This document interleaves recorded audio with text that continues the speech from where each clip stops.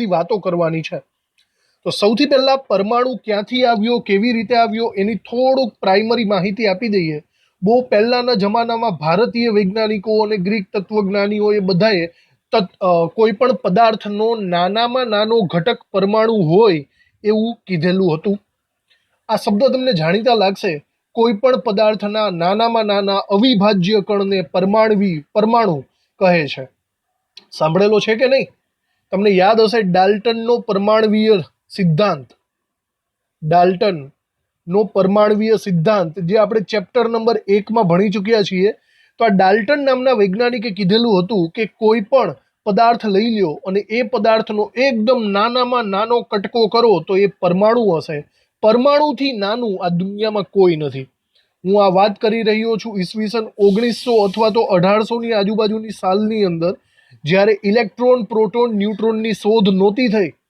આપણને ખબર છે કે એકચ્યુઅલી પરમાણુ કરતાં પણ નાનું કોણ છે? Electron, proton, neutron. પણ એ સમયે ડાલ્ટનને ખબર નહોતી। આવું બધું આપણે ભણી ચૂક્યા છીએ, બરાબર।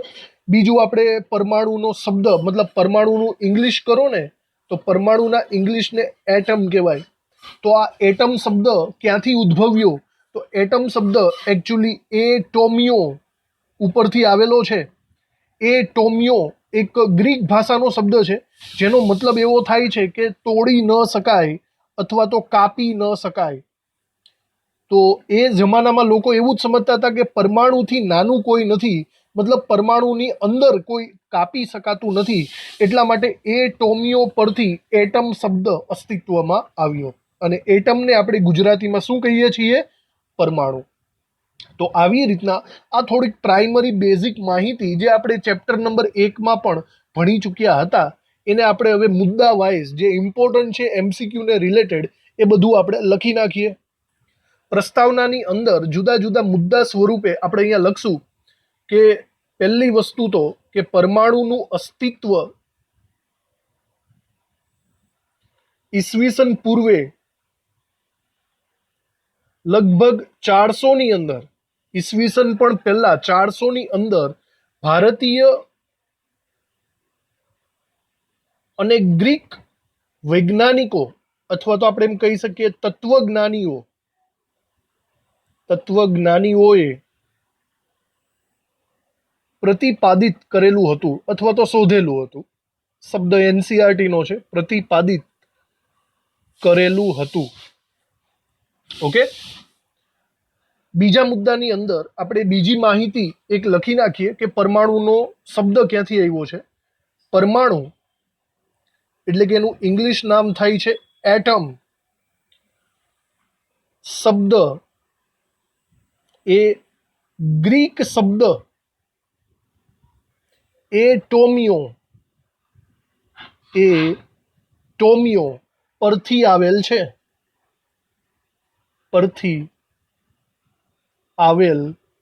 છે, બરાબર, જેનો અર્થ કાપી ન શકાય તેવું થાય છે। ઓકે, ત્યારબાદ આપણે જ્હોન ડાલ્ટનની પણ અમુક વાતો અહીંયા કરી લઈએ। ઈસવીસન 1908માં જ્હોન ડાલ્ટન નામના વૈજ્ઞાનિકે, બ્રિટિશ વૈજ્ઞાનિક છે, બ્રિટિશ વૈજ્ઞાનિકે પરમાણ્વીય સિદ્ધાંત આપ્યો જેને આપણે એમ કહીશું કે ડાલ્ટનનો પરમાણ્વીય સિદ્ધાંત આપ્યો અને તેણે દ્રવ્યના અંતિમ કણ તરીકે, ઇન શોર્ટ આપણે એવું લખી શકીએ છીએ અવિભાજ્ય કણ, દ્રવ્યના અવિભાજ્ય કણ તરીકે પરમાણુને ગણાવ્યો। આપણે આગળ ભણી ચૂક્યા છીએ કે ડાલ્ટન એવું માનતો હતો કે પરમાણુથી નાનું કોઈ નથી, અવિભાજ્ય કણ પરમાણુ છે, પણ રિયાલિટી પણ આપણને ખબર જ છે કે અમુક સમય બાદ એ ખોટો પડ્યો હતો. પરંતુ 20મી સદીની શરૂઆતમાં 20મી સદીની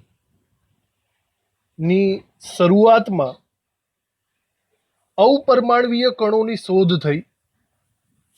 અવપરમાણવીય કણો, ચલો અવપરમાણવીય કણો એટલે કે electron, proton, neutron, photon, MASON, ગ્રેવિટોન, ઘણા બધા અવપરમાણવીય કણો છે. આ બધા કણોની શોધ થઈ. બરાબર. જે પરમાણુમાં આવેલા છે, જે પરમાણુમાં આવેલા છે, મતલબ પરમાણુની અંદર પણ કોઈ છે, માટે ડાલ્ટનનો સિદ્ધાંત ખોટો પડ્યો. આના વિશે આપણે બધા માહિતગાર જ છીએ. હવે આ અવપરમાણવીય કણોની શોધ તો થઈ ગઈ, પણ એની સાથે સાથે અમુક પ્રોબ્લેમ્સ પણ આવ્યા. જેમ કે આ બધી શોધ થઈ ગઈ તેમ છતાં પરમાણુની સ્થાયીતા આપણે સમજાવી નહોતા શકતા. તો આપણે અહીંયા એક અલગ મુદ્દામાં આવી થોડીક સમસ્યાઓને પણ આવરી લઈએ. બરાબર. આપણે એવું લખી શકીએ કે અવપરમાણવીય કણો ની શોધ સાથે ઉદ્ભવેલી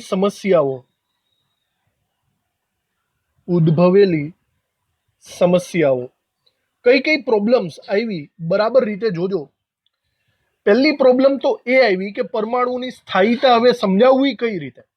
ડાલ્ટને તો સમજાવી દીધું હતું કે ભાઈ જો પરમાણુનો કટકા નથી થતા એટલે પરમાણુ સ્થાયી છે, પણ હવે ખબર પડી કે પરમાણુની અંદર પણ કોઈક છે, તો હવે સ્થાયીતા કેવી રીતે સમજાવી એ વૈજ્ઞાનિકોને ખબર નહોતી પડતી. તો પહેલું, અવપરમાણવીય કણોની શોધ, પછી પરમાણુની સ્થાયીતા કેવી રીતે સમજાવવી, એક સમસ્યા હતી. કેવી રીતે સમજાવવી. હવે એક બીજી સમસ્યા કે સંયોગીકરણથી જો પરમાણુથી જો અણુઓ બનતા હોય તો એનું લોજિક પણ બદલાઈ જાય. પહેલા તો આપણે સમજાવી દીધું હતું ડાલ્ટનના નિયમ પ્રમાણે, પણ હવે નવેસરથી સમજાવવું પડશે કે ભાઈ હવે બે પરમાણુ સંયોજાય તો એની અંદર ઇલેક્ટ્રોનની આપલે થાય કે ભાગીદારી થાય, એ બધું એ લોકોને ત્યાં સુધી ખબર હતી નહીં 20મી સદીની શરૂઆતમાં. તો આ એક સમસ્યા હતી. બીજી પ્રોબ્લેમ, જુદા જુદા પરમાણુઓના સંયોગીકરણથી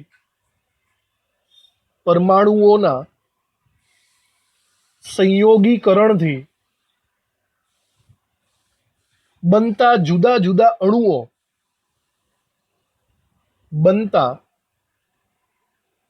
જુદા અણુઓના સર્જનની સમજણ આપવી. બરાબર. એ પણ એક આપણે એમ કહી શકાય કે એક સમસ્યા હતી કે સંયોગીકરણ કઈ રીતે થાય. ત્રીજી સમસ્યા છે વિકિરણની સમસ્યા. વિદ્યુત ચુંબકીય વિકિરણ, એની લાક્ષણિકતાનો સ્વભાવ આપણને નહીં ખબર પડે. મતલબ તમે તો જે આ શબ્દ પહેલી વાર સાંભળો છો એટલે તમે જસ્ટ આ લખી નાખો. આ ચેપ્ટરમાં વિદ્યુત ચુંબકીય વિકિરણ કેવું હોય, કેવી રીતે કામ કરે, બધું આપણે સમજવાનું જ છે. જસ્ટ અત્યારે ખબર ન પડે તેમ છતાં લખી નાખો કે ત્રીજી પ્રોબ્લેમ કે પરમાણુ દ્વારા શોષાતા કે ઉત્સર્જાતા વિદ્યુત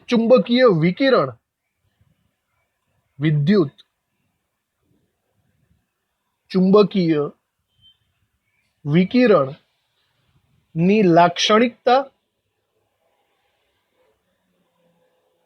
ને સમજવી એક સમસ્યા હતી. કેવી રીતે સમજવી. તો આ અમુક પ્રોબ્લેમ્સ પણ આપણી સામે આવી ગયા. બરાબર. પણ હવે આને નવેસરથી નવું સંશોધન થઈ ગયું. તો હવે અવપરમાણવીય કણોને આપણે સ્ટેપ બાય સ્ટેપ જોઈશું. એના ઉદ્ભવ કઈ રીતે થયો અને આ પ્રોબ્લેમનું નિરાકરણ કેવી રીતે થયું એને આપણે સમજશું. ડાલ્ટનનો જે પરમાણવીય સિદ્ધાંત હતો એ આપણને ખબર છે કે રાસાયણિક સંયોગીકરણના નિયમોને તો સમજાવી દે છે, જેમ કે દળ સંચયનો નિયમ ને એવા બધા, પણ અમુક જે ઇલેક્ટ્રોસ્ટેટિક પ્રોપર્ટીઝ હતી એને એ સમજાવી નહોતો શકતો. અમુક ઇલેક્ટ્રિક સ્ટેટિક પ્રોપર્ટીઝ, જેમ કે હું અહીંયા અમુક એક્ઝામ્પલ્સ આપું તમને. દાખલા તરીકે ક્યારેક ક્યારેક આપણને એવો બનાવ બનતો હોય કે દરવાજાની ઉપર જો આપણે હાથ લગાવીએ તો આપણને અચાનકથી કરંટ આવી જાય છે. આવું બધાને ક્યારેક અનુભવ થયો હોય. આપણે નોર્મલ ભાષામાં એને અર્થિંગ કહેતા હોય. એ થવાનું મેઇન રીઝન એ છે કે કદાચ એ બની શકે કે આ જે મેટલનો હેન્ડલ છે એ ચાર્જ હોઈ શકે, જેનાથી આપણને કરંટ લાગે છે. બીજી વાત, ક્યારેક આપણે નાના હતા ત્યારે આપણે નોર્મલી આ એક્ઝામ્પલ આપણે કરતા હોઈએ કે માથા ઉપર દાંતીઓ ઘસીને આપણે કાગળના ટુકડાઓને રમતમાં ટચ કરતા હોય તો નાના એવા કાગળના ટુકડા એ દાંતિયા ઉપર ખેંચાઈ આવતા હોય છે, બરાબર. તો આ અમુક એક્ઝામ્પલ્સ એવા છે જે ઇલેક્ટ્રોસ્ટેટિક વર્ણવે છે, બરાબર. દાખલા તરીકે રેશમના કાપડ ઉપર જો તમે સળિયાને ઘસશો, કાચના સળિયાને, તો એમાં કાચનો સળિયો વિદ્યુત ભારિત થાય છે. આવા કાચના સળિયાને જો તમારા હાથ ઉપર રાખશો તો એ રૂવાટીને આકર્ષે છે, એવું પણ આપણને ખબર છે. આ થવાનું મેઇન કારણ એ હોઈ શકે છે કે જ્યારે તમે કાચના સળિયાને રેશમ સાથે ઘસો છો ત્યારે કાચના સળિયા અને રેશમ બેમાંથી એક ઉપર જુદો જુદો વીજભાર પ્રાપ્ત થાય છે. ફોર એક્ઝામ્પલ, કાચના સળિયા ઉપર ધન વીજભાર અને રેશમ ઉપર ઋણ વીજભાર થાય છે, અથવા આનાથી ઊંધું પણ હોઈ શકે છે.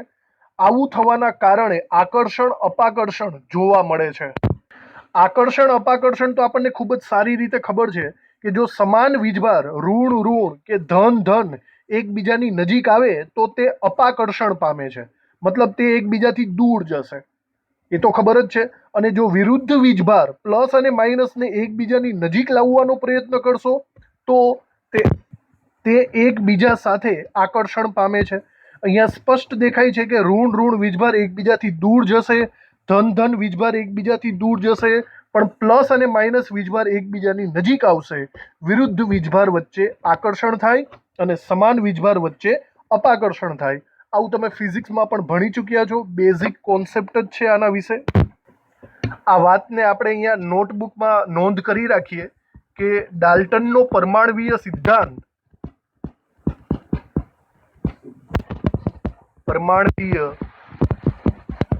સિદ્ધાંત દળ સંચયનો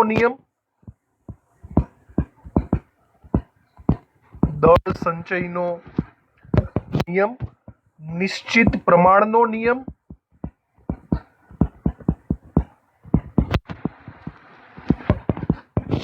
ગુણક પ્રમાણનો નિયમ,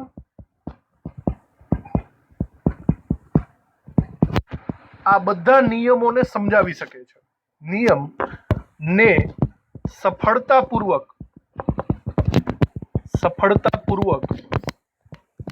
સમજાવી શકે છે, પરંતુ તે અમુક પ્રેક્ટિકલ બાબતોને સમજાવી નથી શકતો. પરંતુ ઘણા પ્રયોગોના પરિણામો ને તે સમજાવી શકતો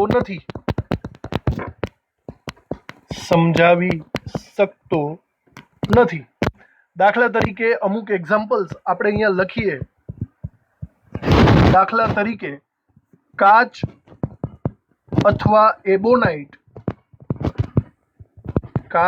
અથવા એબોનાઇટનો સળિયો હોય, એબોનાઇટ ને જ્યારે રેશમ અથવા રૂવાટીવાળા કપડા સાથે ઘસવામાં આવે ત્યારે વિદ્યુત ઉત્પન્ન થાય છે. આ વિદ્યુત ઉત્પન્ન શા કારણે થાય છે એ ડાલ્ટનનો નિયમ આપણને સમજાવી શકતો નથી, કારણ કે એની અંદર ઇલેક્ટ્રોન્સ હોય અને ડાલ્ટનને ઇલેક્ટ્રોનની તો કંઈ ખબર જ નહોતી. એક ખાસ વિધાન આપણે અહીંયા લખી નાખવાનું છે. આકર્ષણ અને અપાકર્ષણ વિશેનું, તો અહીંયા લખશું આપણે સમાન વીજભાર એકબીજાને અપાકર્ષે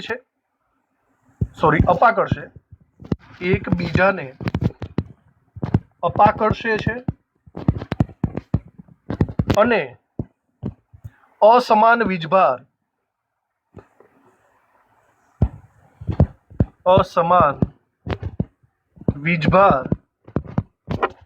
એકબીજાને આકર્ષે છે. તો આ બાબતને બરાબર ધ્યાનમાં લેવી તમારે. તો હવે આપણે જોવાના છીએ ઇલેક્ટ્રોનની શોધ વિશેની માહિતી. તો ઇલેક્ટ્રોનની શોધ એકચ્યુઅલી ડાયરેક્ટલી નહોતી થઈ, પણ એના માટે સ્ટેપ બાય સ્ટેપ ઘણા બધા વૈજ્ઞાનિકોએ ક્રમબદ્ધ રીતે ઘણા બધા પ્રયોગો કર્યા હતા. તો આ બધા પ્રયોગો વિશે આપણે જોવાનું છે. સ્ટેપ બાય સ્ટેપ ઘણા બધા વૈજ્ઞાનિકોએ પ્રયોગો કર્યા હતા, જેની અંદર આપણે આ બધી માહિતીઓ બધી લેવાની છે, જેનાથી આપણને આઈડિયા આવશે. સૌથી પહેલી વાત, આપણે જ્હોન ડાલ્ટનની વસ્તુ તો આપણે શીખી ગયા કે જ્હોન ડાલ્ટને 1808ની અંદર એટોમિક થિયરી આપેલી હતી. હવે એના પછી માઇકલ ફેરાડે નામના વૈજ્ઞાનિકની વાત કરીએ. માઇકલ ફેરાડેએ ઇલેક્ટ્રિક નેચર, કોઈ પણ પદાર્થની અંદર વિદ્યુત પરિપથ પસાર કરો તો કેવી વસ્તુ પ્રયોગો દ્વારા થઈ શકે એની માહિતી આપી. માઇકલ ફેરાડેની વાત કરો તો માઇકલ ફેરાડેએ વિદ્યુત વિભાજન કોષની રચના કરી હતી. તમે વિદ્યુત વિભાજન કોષ લગભગ ધોરણ 10માં શીખી ગયા હશો અને 12મા ધોરણમાં પણ આવશે. એની અંદર શું હોય, કોઈ દ્રાવણની અંદર 2 સળિયા ડુબાડીને એને કોઈ હાઈ વોલ્ટેજ બેટરી સાથે જોડવામાં આવે છે. એના કારણે આ બંને સળિયા ઉપરથી કંઈક ને કંઈક પ્રોડક્ટ એટલે કે નીપજ આપણને મળે છે. તો આના દ્વારા માઇકલ ફેરાડેને ખબર પડી કે આપણે જે વિદ્યુત પ્રવાહ આપીએ છીએ એની અંદર સમથિંગ કંઈક ઘટક ઇલેક્ટ્રોન હોવા જોઈએ. આ ઇલેક્ટ્રોન્સના કારણે માઇકલ ફેરાડેએ ઇલેક્ટ્રિક નેચરની વાત કરી. હવે એના પછી 1879ની અંદર માઇકલ ફેરાડેએ ઇલેક્ટ્રિક નેચરની હિન્ટ આપ્યા બાદ વિલિયમ ક્રુક નામના વૈજ્ઞાનિકે એક કેથોડ રે કિરણની રચના કરી. હવે એ કેથોડ રે કિરણ નળીઓ કેવી હતી એ આપણે જોવાની છે. આકૃતિ કંઈક આવી રીતના છે, બરાબર જોજો. અહીંયા કાચની એક નળી લેવામાં આવે છે. કાચની નળીના બંને છેડે 2 ધાતુની પ્લેટને હાઈ વોલ્ટેજ બેટરી સાથે જોડવામાં આવે છે. બંને છેડે જે ધાતુની પ્લેટ છે એ આપણા વિદ્યુત ધ્રુવો થશે. એક એનોડ બનશે, એક કેથોડ બનશે. અને એક સાઇડ ટ્યુબ પણ રાખવામાં આવે છે, સાઇડ ટ્યુબ, જેના કારણે અંદર આ નળીની અંદર જે વાયુ હોય એને આપણે બહાર કાઢી શકીએ વેક્યુમ પંપ દ્વારા. તો અંદરનો વાયુ બધો બહાર કાઢવા માટે સાઇડ ટ્યુબ વપરાશે. હવે જ્યારે હાઈ વોલ્ટેજ બેટરીમાંથી વિદ્યુત વિદ્યુત પસાર કરવામાં આવે અને અંદર એકદમ શૂન્યાવકાશ હોય, ત્યારે આ વૈજ્ઞાનિકને એવી ખબર પડી કે સમથિંગ કંઈક કિરણો વિદ્યુતની કાચની નળીમાંથી પસાર થાય છે. હવે આ કાચની નળીમાંથી પસાર થતા કિરણો એને નરી આંખે તો નહોતા દેખાતા, બરાબર ધ્યાનથી સાંભળજો. કાચની નળીની અંદરના કિરણો એને નરી આંખે તો નહોતા દેખાતા, પણ ઓબ્ઝર્વ કરતા લાગતું હતું કે કંઈક ઉત્પન્ન થયું છે. તો નરી આંખે તો દેખાય નહીં આવા કિરણો, તો એણે આ જ પ્રયોગને ફરીથી સેટઅપ દ્વારા થોડુંક અલગ રીતે ગોઠવણી કરી. આ વખતે ગોઠવણી એવી કરી કે કેથોડ આ સાઈડ રાખ્યો અને એનોડ એકદમ એની નજીક રાખ્યો. સાંભળજો, લાસ્ટ ટાઈમ એનોડ અહીંયા દૂર હતો, આ વખતે એને નજીક રાખી દીધો. હવે આ એનોડની અંદર એક કાણું પાડી દીધું અને સેમ ટુ સેમ પ્રયોગ ફરીથી કર્યો. ફરીથી અંદર શૂન્યાવકાશ કરી દીધો, એનોડ અને કેથોડને હાઈ વોલ્ટેજ બેટરી સાથે જોડી દીધું અને જેવો એને વિદ્યુત પ્રવાહ શરૂ કર્યો એટલે ફરીથી અહીંયા કેથોડમાંથી એનોડ તરફ એ વિદ્યુત પ્રવાહ પસાર થયો. પણ આ વખતે છે ને આપણે સેટઅપ એવી રીતે ગોઠવેલું છે કે અહીંયા પાછળ એક ZnS ઝિંક સલ્ફાઇડનો પડદો રાખેલો છે. હવે તમને ખબર હોવી જોઈએ કે ઝિંક સલ્ફાઇડનો પડદો એ પ્રસ્ફુરણ પડદો કહેવાય.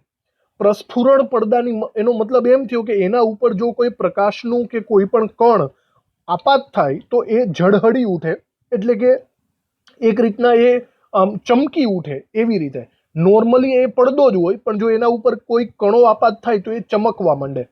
એવા પડદો એને કહેશું આપણે પ્રસ્ફુરણ પડદો. ઝિંક સલ્ફાઇડનો આ પડદો છે. તો આવી સિસ્ટમ પછી જ્યારે એને વિદ્યુત પ્રવાહ પસાર કર્યો તો આ કિરણો જે દેખાતા નહોતા ને એ કિરણો ZNS ઉપર પડ્યા. જેવા ZNS ઉપર પડ્યા એટલે ZNS ઉપર એક ધબ્બો થઈ ગયો, એક ડાઘો પડી ગયો. એના ઉપરથી ખબર પડી કે કંઈક તો આની સાથે અથડાયેલું છે. સમજ પડી? કંઈક આની સાથે અથડાયેલું છે. નોર્મલી આ ગ્રીન કલરનો આ જે પ્રકાશનું વિકિરણ છે એ આપણને દેખાતું નથી નરી આંખે, પણ અહીંયા ZNSના પડદા ઉપર જે ધબ્બો પડ્યો એનાથી મને ખબર પડી કે કંઈક સમથિંગ અહીંયા અથડાયેલું છે. તો આના વિશે વધારે શોધ કરી તો એવું જાણવા મળ્યું કે આનો વીજભાર ઋણ વીજભાર આવે છે. આના વિશેના ફર્ધર આગળ હવે આ પ્રયોગ આખો કર્યો હતો વિલિયમ ક્રુકે. ત્યારબાદ ઘણા સમય બાદ કેથોડ રે તરીકે જે થોમ્સને આ જ પ્રયોગને ફરીથી કર્યો. જે થોમ્સને એક્ઝેક્ટલી કીધું કે આ જે વિકિરણ છે ને એ વિકિરણ ઋણ વીજભાર ધરાવે છે. હવે સાંભળજો બરાબર, એકચ્યુઅલી ટેક્સ્ટ બુકમાં પણ થોડીક લિમિટેડ માહિતી આપેલી છે. જે થોમ્સને જે પ્રયોગ કર્યા ને એના દ્વારા 3 થી 4 અલગ અલગ વસ્તુઓ આપણને ખબર પડી. નંબર 1, જોજો પ્રયોગ સેમ ટુ સેમ છે. જે થોમ્સને છે ને અહીંયા વચ્ચેની સાઈડ એક નાનું એવું યંત્ર ગોઠવી દીધું, એકદમ હલકું એવું, અને પછી જ્યારે એને હાઈ વોલ્ટેજ પસાર કર્યો ને ત્યારે આ યંત્ર ખસવા માંડ્યું વિકિરણના કારણે. સમજો છો? વિકિરણના કારણે આ યંત્ર ખસવા માંડ્યું. એનો મતલબ એમ થયું કે આ જે વિકિરણો છે ને એ કણ સ્વભાવ ધરાવે છે. કંઈક પથ્થર જેવા કણ સ્વભાવ હોય એ પદાર્થ સાથે અથડાય તો જ એને ખસેડી શકે ને, બાકી એને ખસેડી શકાય નહીં. સમજાણું તમને? તો આ એક જે થોમ્સને કીધું કે એ કણ સ્વભાવ ધરાવે છે. જે કંઈ પણ આ કેથોડથી એનોડ તરફ નીકળ્યું છે ને તે. એક બીજી વસ્તુ પણ એને ખબર પડી કે જ્યારે આવા કેથોડ કિરણોને કોઈ ધાતુની પ્લેટ ઉપર આપાત કરવામાં આવે ને ત્યારે આ ધાતુની પ્લેટ ગરમ થઈ જાય છે. જુઓ, આ કિરણો જ્યારે આ ધાતુની પ્લેટ ઉપર આપાત કર્યા ત્યારે આ પ્લેટ ગરમ થઈ ગઈ. ગરમ થઈ ગયો એનો મતલબ એમ છે એમાં હીટિંગ ઇફેક્ટ, ઉષ્માગતિકીય રીતે પણ એની અસર જોવા મળે છે. મતલબ એ અથડાશે તો ગરમી ઉત્પન્ન થશે. આ બીજી વસ્તુ થઈ. ત્રીજી વસ્તુ જોજો બરાબર રીતે, એણે ફરીથી સેમ ટુ સેમ એક કાચની નળી લીધી અને આ વખતે વચ્ચેની સાઈડ એક ગમે એવો આકારવાળો પદાર્થ મૂકી દીધો. હવે કેથોડ કિરણો જેવું તમે વોલ્ટેજ આપાત કરશો એટલે કેથોડ કિરણો એની અંદર આપાત થશે, પણ વચ્ચેની સાઈડ એ પદાર્થ આવી જશે, જેના કારણે એ પદાર્થનો પડછાયો પાછળની સાઈડ લાગુ પડે છે. સમજો છો? આનો ઉપયોગ જૂનવાણી આપણું ટીવી હોય ને, જૂનવાણી ટીવી ખબર મોટા મોટા આવતા, એની અંદર થયેલો, જેના કારણે આ પડદાના કારણે ટીવી ઉપર આપણને જુદા જુદા ચિત્રો દેખાતા હતા. તો જે થોમ્સને એ પણ કીધું કે એના કારણે પડછાયો થાય છે. એનો મતલબ આ જે કેથોડ કિરણો છે એ સીધી સ્ટ્રેટ લાઇનમાં ગતિ કરે છે, સીધી રેખામાં ગતિ કરે છે. આ સિવાય હજી એક મેટર, હજી એક વસ્તુ આપણે શીખવાની છે. જે થોમ્સને એક બીજો પ્રયોગ કર્યો જેના દ્વારા ઇલેક્ટ્રોનનો વીજભાર નક્કી થયો, આ કેથોડ કણોનો વીજભાર નક્કી થયો. જો એણે ફરીથી સેટઅપ થોડું બદલી નાખ્યું. એણે જે નળી હતી કાચની નળી એની ઉપર નીચે માઇનસ અને પ્લસ વીજભાર ગોઠવી દીધા. દેખાય છે? ઉપર માઇનસ વીજભાર છે, નીચે પ્લસ વીજભાર છે. આવા વીજભારો એણે ગોઠવી દીધા અને પછી ફરીથી હાઈ વોલ્ટેજથી બેટરી એપ્લાય કરી. તો કેથોડ કિરણો તો અંદરથી નીકળવાના જ હતા, પણ જેવા કેથોડ કિરણો અંદરથી નીકળ્યા એ કેથોડ કિરણો ડાયરેક્ટ પ્લસ ઉપર આવીને ચોંટી ગયા. વિચારો કેમ એવું થયું હશે? જો કેથોડ કિરણો માઇનસ હોય તો જ તે પ્લસ ઉપર આવીને ચોંટી શકે ને, તે તરફ જઈ શકે. આનાથી એકદમ વસ્તુ સ્પષ્ટ થાય છે કે કેથોડ કિરણો ઋણ વીજભાર ધરાવે છે, જે ધન વીજભાર તરફ ગતિ કરશે. જોઈ લ્યો બરાબર રીતે, ફરીથી તે ધન વીજભાર તરફ આકર્ષાઈ જશે. કંઈક આવી રીતે. સમજાઈ ગયું? આવી સેમ ટુ સેમ સિચ્યુએશન જો ચુંબક વચ્ચે રાખવામાં આવે તો પણ થાય. અહીંયા જે પ્લસ અને માઇનસ વીજભાર હતો એની જગ્યાએ જો તમે ચુંબકની ગોઠવણી કરો અને પછી વિદ્યુત પ્રવાહ ઉત્પન્ન કરો તો એ ચુંબક દ્વારા પણ આકર્ષાય છે, બરાબર. કેથોડ કિરણો ચુંબક દ્વારા પણ આકર્ષણ કે અપાકર્ષણ અનુભવે છે. તો આ બધી બાબત થઈ ગઈ એ જે થોમ્સને ઘણા બધા પ્રયોગો કર્યા એની વાત મેં કરી દીધી. હવે આ જે કેથોડ કિરણો છે એ કોના ઉપર આધારિત છે એ પણ સમજવું પડશે આપણે. કેથોડ કિરણો એકચ્યુઅલી અંદર કયો વાયુ ભરેલો છે એના ઉપર ડિપેન્ડ નથી કરતું, બરાબર. એનોડ અને કેથોડ જે કયું મટીરિયલ વાપર્યું છે એના ઉપર પણ ડિપેન્ડ નથી કરતું. તો એ એકચ્યુઅલી ઇલેક્ટ્રોન્સ ઉપર ડિપેન્ડ કરે છે જે દરેક પદાર્થની અંદર આવેલા હોય છે. અંદર જે વાયુ ભરેલો છે એના ઉપર પણ ડિપેન્ડ નહીં કરે અને કેથોડ અને એનોડ ઉપર પણ ડિપેન્ડ નહીં કરે, બરાબર.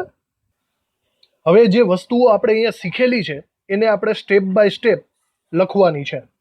તો ઇલેક્ટ્રોનની શોધ એ ટોપિકની અંદર મુદ્દા વાઇઝ લખતા જઈએ. સૌથી પહેલા આપણે માઇકલ ફેરાડેની વાત લખી નાખીએ. 1830માં માઇકલ ફેરાડે એ દર્શાવ્યું કે જ્યારે વિદ્યુત વિભાજ્યના દ્રાવણમાંથી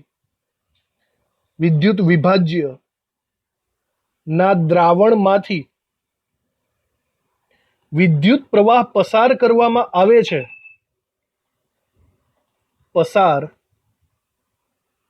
કરવામાં આવે ત્યારે વિદ્યુત ધ્રુવો પર રાસાયણિક પ્રક્રિયા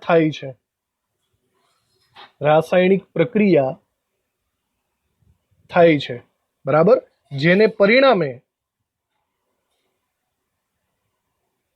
વિદ્યુત ધ્રુવો એટલે કે એનોડ અને કેથોડ એના પર દ્રવ્ય જમા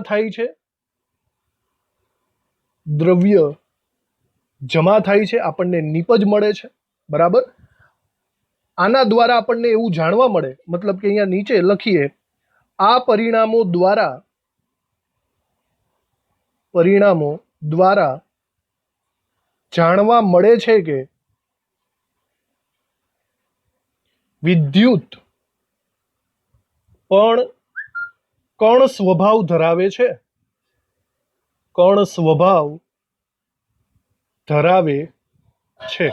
બરાબર. માઇકલ ફેરાડે શરૂઆતમાં આ પ્રેક્ટિકલ કર્યા હતા. ત્યારબાદ આપણે ડાયરેક્ટ કેથોડ કિરણ નળીનું લખીએ.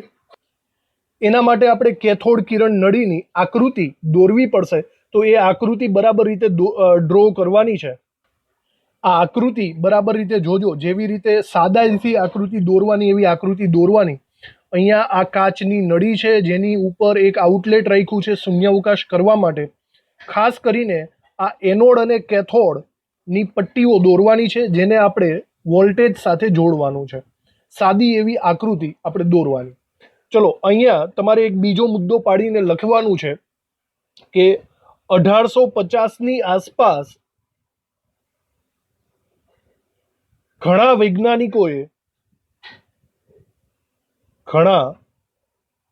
વૈજ્ઞાનિકોએ શૂન્યાવકાશ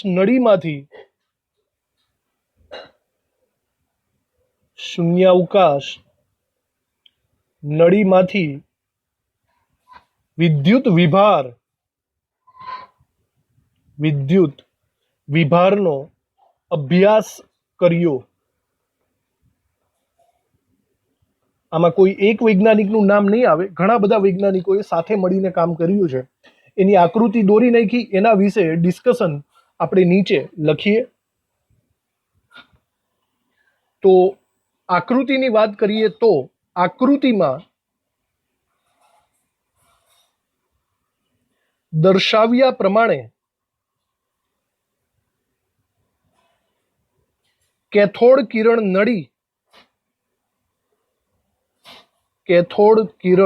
નળી કાચની બનેલી છે, બરાબર. જેમાં ધાતુના બે પાતળા ટુકડા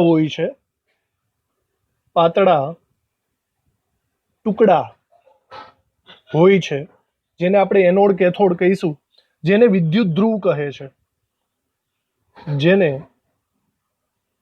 વિદ્યુત ધ્રુવ કહે છે. ઓકે, હજી આગળ આપણે લખીએ, તે સીલ કરી દીધેલા હોય છે, હવા ચુસ્ત રીતે સીલ કરી દીધેલા હોય છે.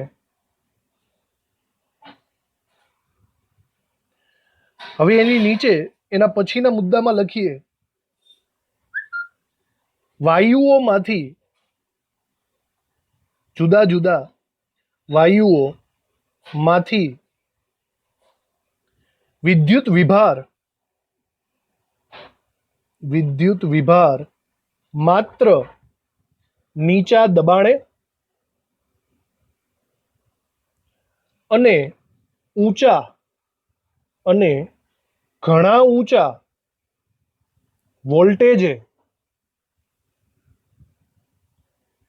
અવલોકી શકાય છે. વોલ્ટેજે અવલોકી શકાય છે. આના માટે તમારે દબાણ એકદમ નીચું રાખવું પડશે અને એકદમ હાઈ વોલ્ટેજ લેવું પડશે. આના માટે આપણે અહીંયા હજી લખીએ કે જુદા જુદા વાયુઓ ના દબાણ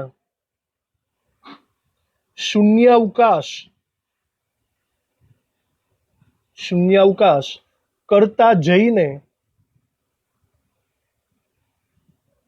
તેને મેળવી શકાય છે, એટલે કે કેથોડ કિરણોને મેળવી શકાય છે.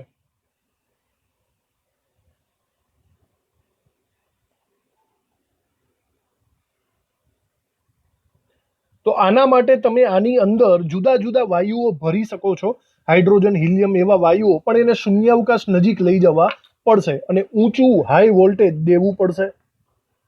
આગળ લખીએ હજી, પૂરતું ઊંચું વીજ દબાણ એટલે કે વિદ્યુત પ્રવાહ દાખલ કરવામાં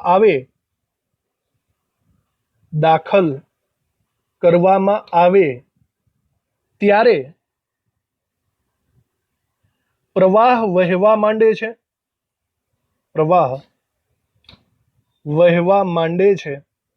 આ કણોનો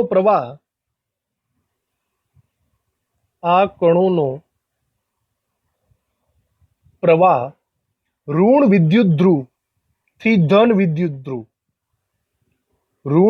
ધ્રુવ જેને આપણે કેથોડ કહેવાનો છે, તેનાથી ધન વિદ્યુત ધ્રુવ જેને આપણે એનોડ કહીશું. ઇન શોર્ટ, કેથોડ થી એનોડ તરફ વહેવા માંડે છે.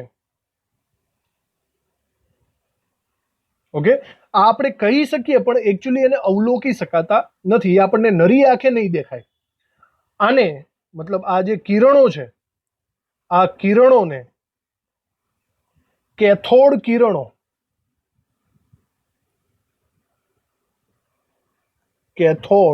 કિરણો કહે છે, કહેવામાં આવ્યા. આજે આપણે કિરણોની વાત કરીએ છીએ ને, એકચ્યુઅલી ઇલેક્ટ્રોન જ છે, પણ એ સમયમાં એ લોકોને ખબર નહોતી અથવા તો એને નામ નહોતું આપવામાં આવ્યું ઇલેક્ટ્રોન્સ. એને પહેલું નામ આપવામાં આવ્યું હતું કેથોડ કિરણો. કારણ એટલું જ હતું કે તે કેથોડમાંથી ઉદ્ભવ પામ્યા હતા એટલા માટે. બાકી એને ઇલેક્ટ્રોન કહેવાય એવું કોઈ નોલેજ આ બધા પાસે નહોતું. આવા કિરણો નરી આંખે અવલોકી શકાતા નથી.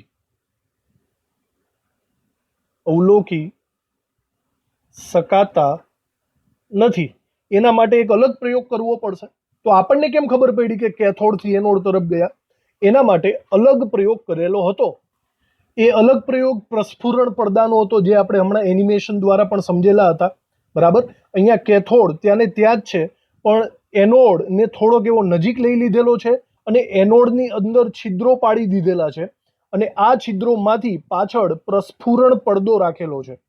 પ્રસ્ફુરણ પડદા તરીકે ઝિંક સલ્ફાઇડ મોસ્ટ ઓફલી વાપરવામાં આવે છે, એના ઉપર જો કોઈ કણ આપાત થાય તો એ ચમકી ઉઠે છે, પ્રસ્ફુરિત થાય છે. તો આના દ્વારા આપણને ખબર પડશે કે એ કેથોડથી એનોડ તરફ જાય છે. બાકી નરી આંખે આપણે એને અવલોકી શકવાના નથી. એ બાબત અહીંયા નીચે લખવાની છે આપણે. કેથોડથી એનોડ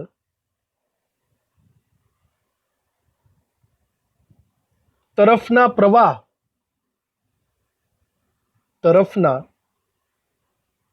પ્રવાહની તપાસ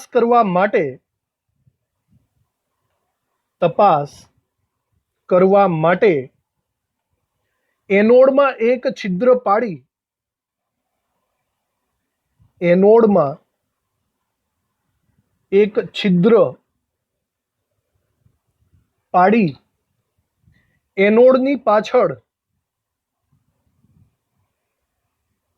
એનોડની પાછળ નળી પર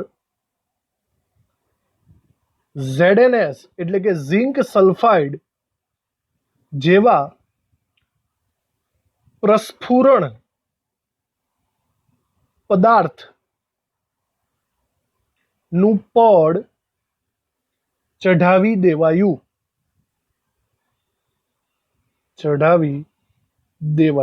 જે અહીંયા આપણને ઓરેન્જ કલરમાં દેખાય છે એ પ્રસ્ફુરણ પડદાનું પડ છે.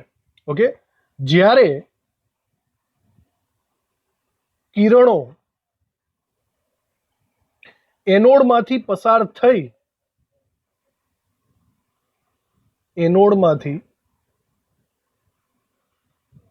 થઈ ZnS વાળા પ્રસ્ફુરકને ઝિંક સલ્ફાઇડ ના પ્રસ્ફુરક ને અથડાય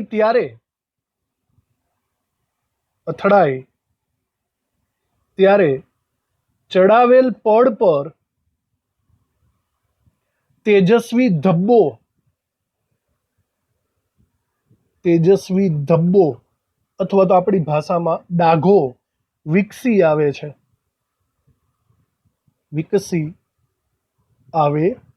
છે. બરાબર. આવું સેમ ટુ સેમ સિચ્યુએશન ટેલિવિઝનની અંદર થાય છે. એટલે કાઉન્સમાં લખીએ ટેલિવિઝન જેવું. જૂનવાણી ટેલિવિઝનમાં આવા પ્રસ્ફુરણ પડદાની ટ્યુબ રાખવામાં આવતી હતી.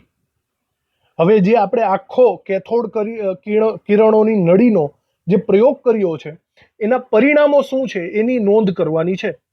તો અહીંયા જરા લખી નાખીએ કે આ પ્રયોગોના પરિણામો. હવે આ પરિણામો મેં તમને ઓલરેડી જાણ કરેલા જ છે. બરાબર. જેમ કે આપણે એમ કીધું એમ કેથોડથી એનોડ તરફ પદાર્થ જાય છે, પોતે દેખાતો નથી, પાછળ પ્રસ્ફુરિત થાય છે, તે પોતે માઇનસ છે તે પ્લસ તરફ આકર્ષાય છે. આ બધી બાબતો આપણે અહીંયા લખવાની છે પરિણામો સ્વરૂપે. તો પરિણામોમાં પહેલું પરિણામ આપણે લખીએ કેથોડ કિરણો કેથોડથી શરૂ થાય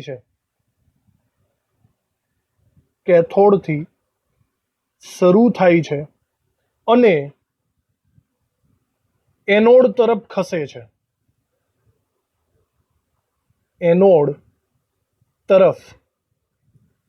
ખસે છે. એક રીતના વિચારો તો કેથોડનો સિમ્બોલ માઇનસ આવે અને એનોડનો સિમ્બોલ પ્લસ આવે તો એ જ થયું ઋણ વીજભારિત વિકિરણો પ્લસ તરફ આકર્ષાઈને એના તરફ ખસે છે એવું આપણે કહી શકીએ છીએ. ચલો બીજી બાબત લખીએ. આ કિરણો દૃશ્યમાન નથી એટલે કે એને જોઈ શકાતા નથી, પરંતુ તેમની વર્તુણક અમુક પ્રકારના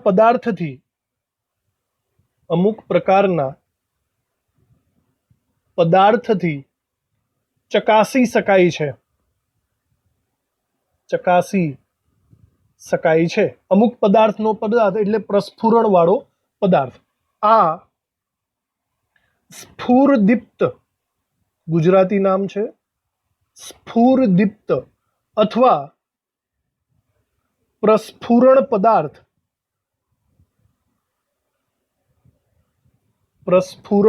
પદાર્થ જ્યારે પદાર્થ પર જ્યારે કેથોડ કિરણો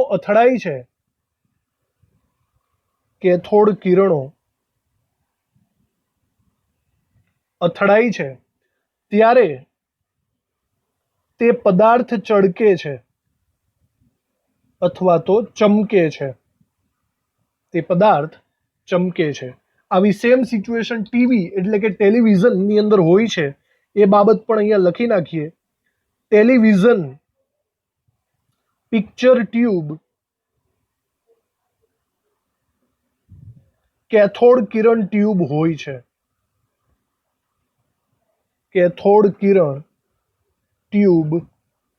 હોય છે. બરાબર. આની અંદર આપણે ત્રીજી બાબત લખીએ તો ત્રીજી બાબતમાં લખી શકાય કે આવા કેથોડ કિરણો સીધી રેખામાં ગતિ કરે છે. લખીએ આપણે, વિદ્યુતીય અને ચુંબકીય ક્ષેત્રની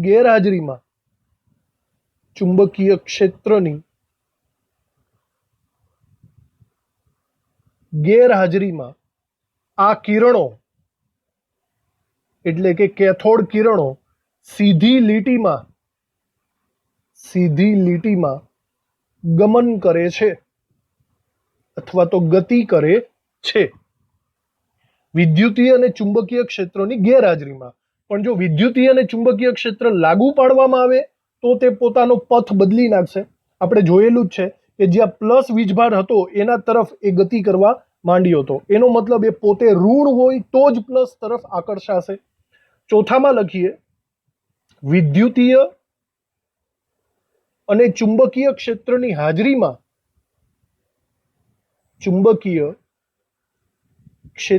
હાજરીમાં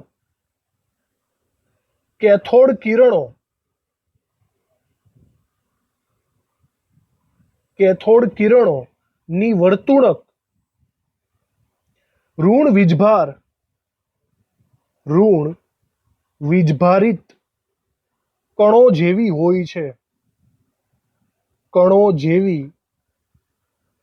હોય છે. બરાબર. આ સૂચવે છે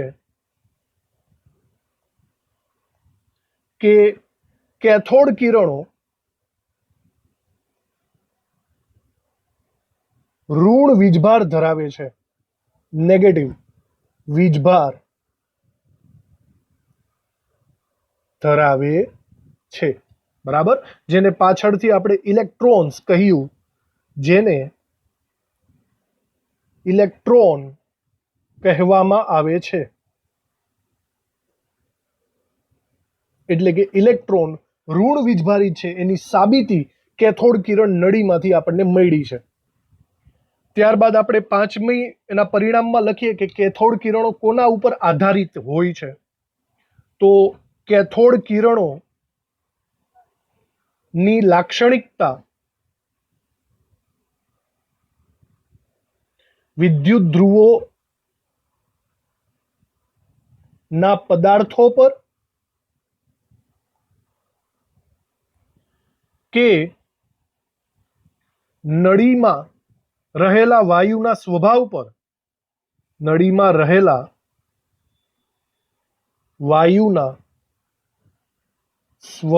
પર આધારિત નથી. આ બંને ઉપર ડિપેન્ડ નથી કરતું. જે સૂચવે છે કે ઇલેક્ટ્રોન એ પાયાનો ઘટક છે. બરાબર. એ કોઈ ઉપર ડિપેન્ડન્ટ રહેતો નથી. જે સૂચવે છે કે ઇલેક્ટ્રોન બધા જ પ્રકારના પરમાણુઓના પાયાના ઘટક કણો છે. કોઈ પણ પરમાણુ હોય એના ઘટક કણ તરીકે ઇલેક્ટ્રોન હોય છે, એવું આ પ્રયોગ ઉપરથી આપણને જાણવા મળે છે. તો આટલી સમજૂતી પછી આજનો આ લેક્ચર આપણે અહીંયા ફિનિશ કરીએ છીએ.